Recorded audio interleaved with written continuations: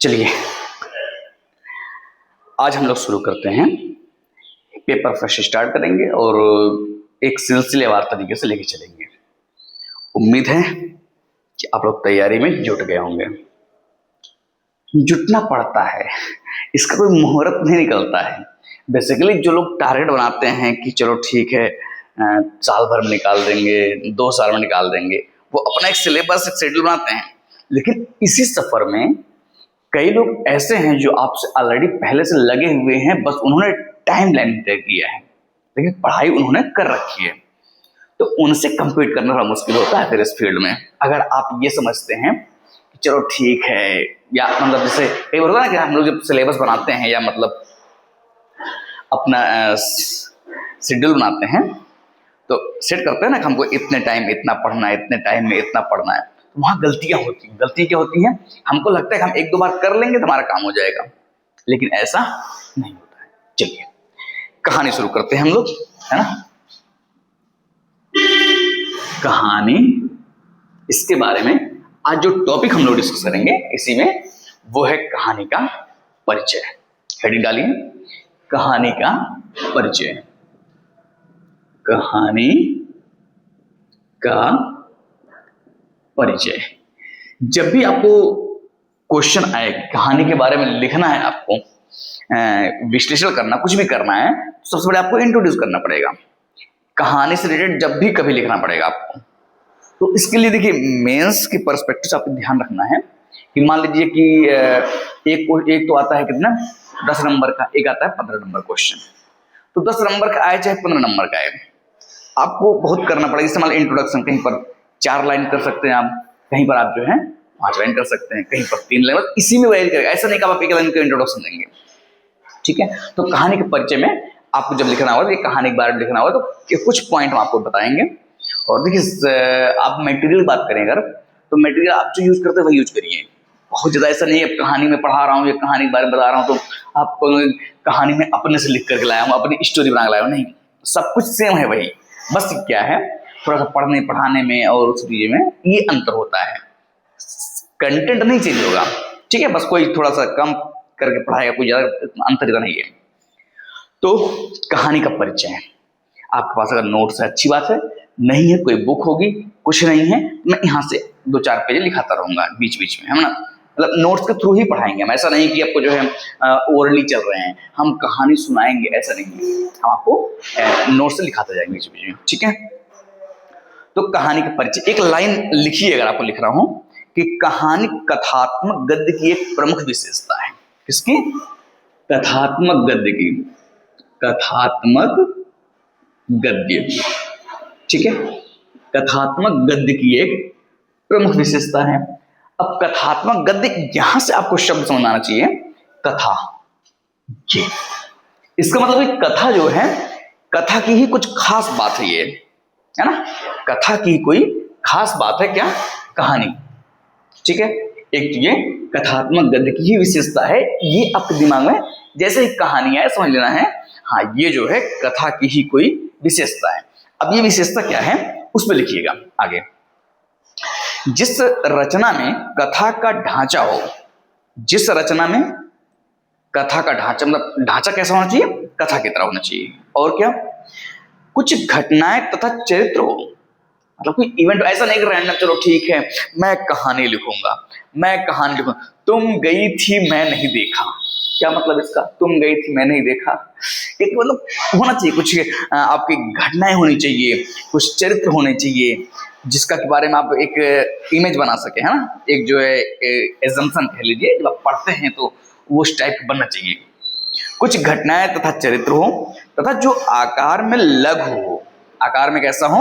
लघु। लिखते रहिए यहाँ पर, है ना। एक तो कथात्मक गद्य, और इसके बाद जब आप कहानी के बारे में यहाँ पे लिख रहे हैं तो यहाँ पर आप लिखते जाइए क्या कि कथा का क्या हो? ढांचा हो। एक ढांचा आपको दिखना चाहिए, ढांचा, ठीक, एक ढांचा दिखना चाहिए। उसके बाद कुछ घटनाएं तथा चरित्र हो। क्या चीज? घटनाएं, घटनाएं तथा चरित्र, घटनाएं तथा चरित्र हो। 2 पॉइंट क्लियर। जब भी आप कहानी के बारे में बात करेंगे, एक तो कथात्मक, कथा कुछ ढांचा होना चाहिए, और घटनाएं तथा कोई चरित्र हो उसका, ठीक है। तथा जो आकार में लघु हो, आकार में कैसा हो, आकार में लघु, लघु, लघु, ठीक है। ये कुछ विशेषताएं होनी चाहिए ना, आकार में लघु हो तो सामान्यतः उसे कहानी कह दिया जाता है। किसको, कथा को।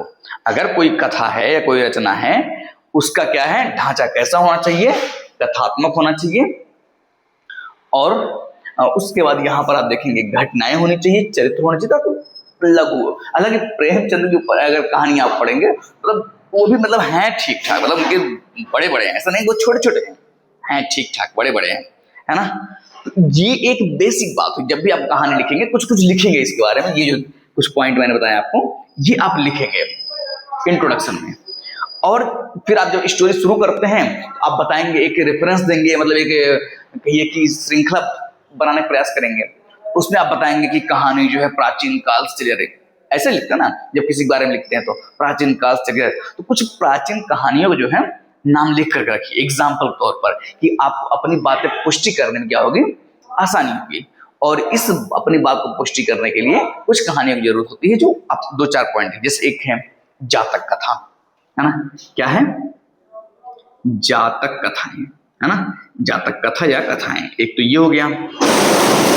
और क्या हो सकता है, जातक कथा या कथाएं, पंचतंत्र की कथाएं, क्या, पंचतंत्र की कथाएं, पंचतंत्र की कथाएं, ठीक है।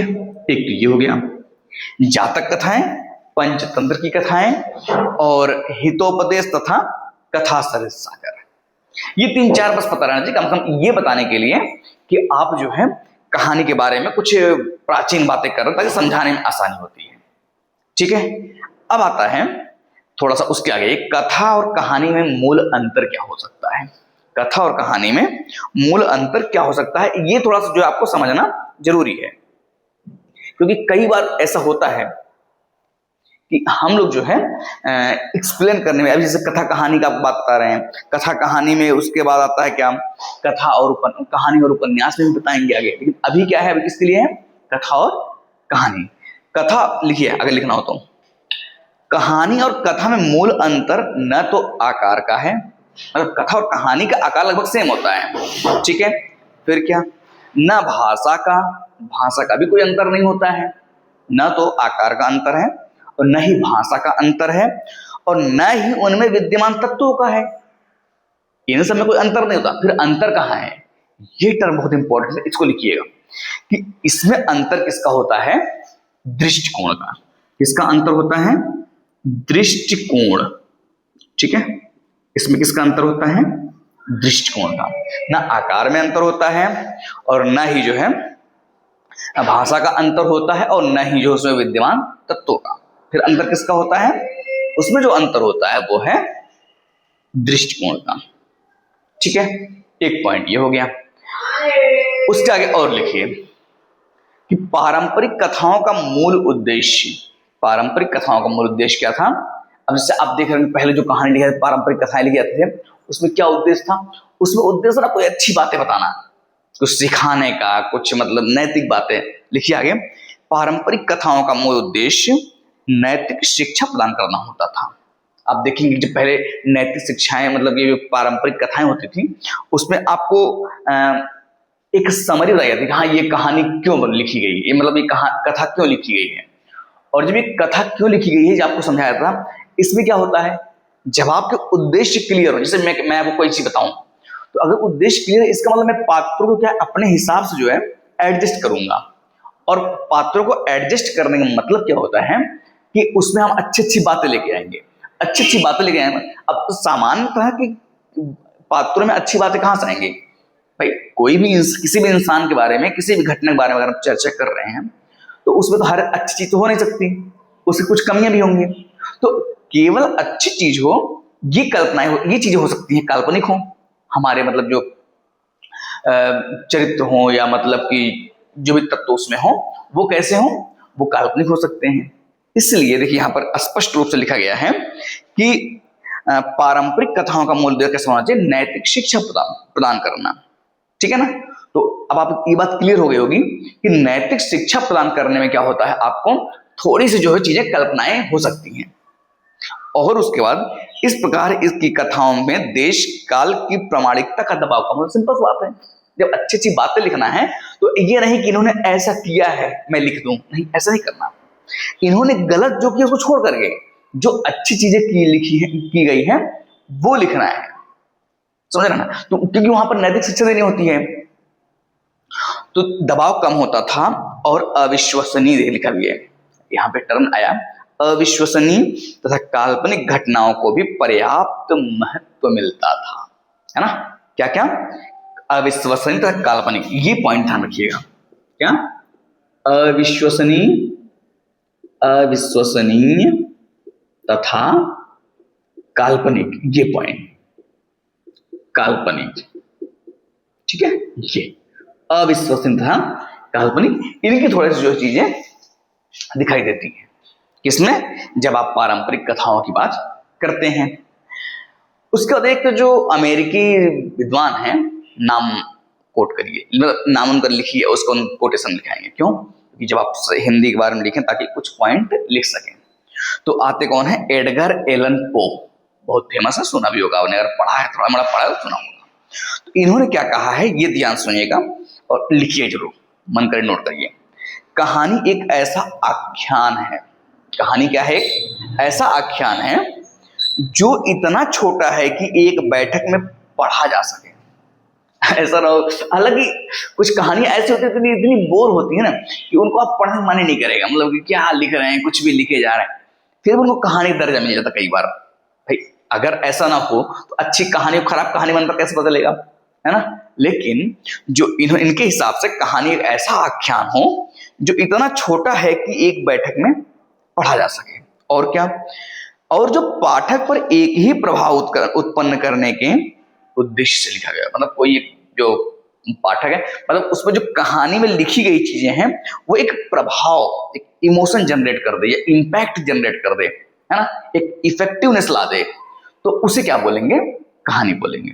ये किसने कहा था, ये कहा था एलन पो ने, एडगर एलन पो, नाम याद रखिएगा। कौन, Edgar Allan Poe, Edgar Allan Poe, ठीक है ना। तो ये चीज इनके बारे में थोड़ा सा ध्यान रखिए।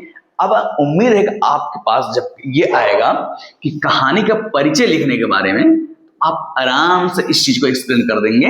ये कथात्मक गद्य होता है, कथात्मक गद्य की एक विशेषता ही है ये। और उसके बाद यहाँ पर कुछ स्पेसिफिक बातें कर देंगे कि कथा ढांचा में, ढांचा, घटनाएं तथा चरित्र, लघु, ये सब पॉइंट जो मैंने अभी आपको लिखाया एक बार दोबारा रिवाइज कर लीजिए। आराम से आप एक बार खुद से लिखने का प्रैक्टिस करिए, बहुत ज्यादा पढ़ने की जरूरत नहीं होती है। जरूरत क्या होती है, जो पढ़ा गया उसको लिखने की होती है, और हम लोग उसको नहीं करते हैं, है ना। तो ये कहानी का परिचय। अच्छा एक चीज है, मेरे दिमाग कई बार आएगा, मतलब कि बड़े बड़े लेक्चर में जल्दी खत्म कर दिया जाए, पर पता है प्रॉब्लम क्या आती है, प्रॉब्लम ये आती है बड़े बड़े लेक्चर बना दो, फिर उसमें सर्च करने बड़ा समस्या आता है। जैसे मान लो कहानी का परिचय अगर ये 2 घंटे का लेक्चर हो जाए, है ना, तो अब आप सर्च करेंगे कैसे, अब आप ऐसा नहीं कि उसको फिर से बनाएंगे, तो वहां सर्च करने पर अब आप जैसे सीधे देखेंगे थंबनेल में आपको दिख जाएगा क्या, कहानी का परिचय, आप तुरंत उसको पढ़ लेंगे, ठीक है। तो मैं ट्राई करता हूं कि छोटे छोटे पार्ट में ही वीडियो को बनाएं, कभी कभी जहां जरूरत पड़ेगी उसको बढ़ा लिया जाएगा, लेकिन मेन चीज, ठीक है। तो कहानी का परिचय समझ आ गया होगा, आज इतना रखते हैं, फिर कल हम स्टार्ट करेंगे, कल मतलब नेक्स्ट लेक्चर में स्टार्ट करेंगे क्या, कहानी और उपन्यास में अंतर है, ठीक है ना।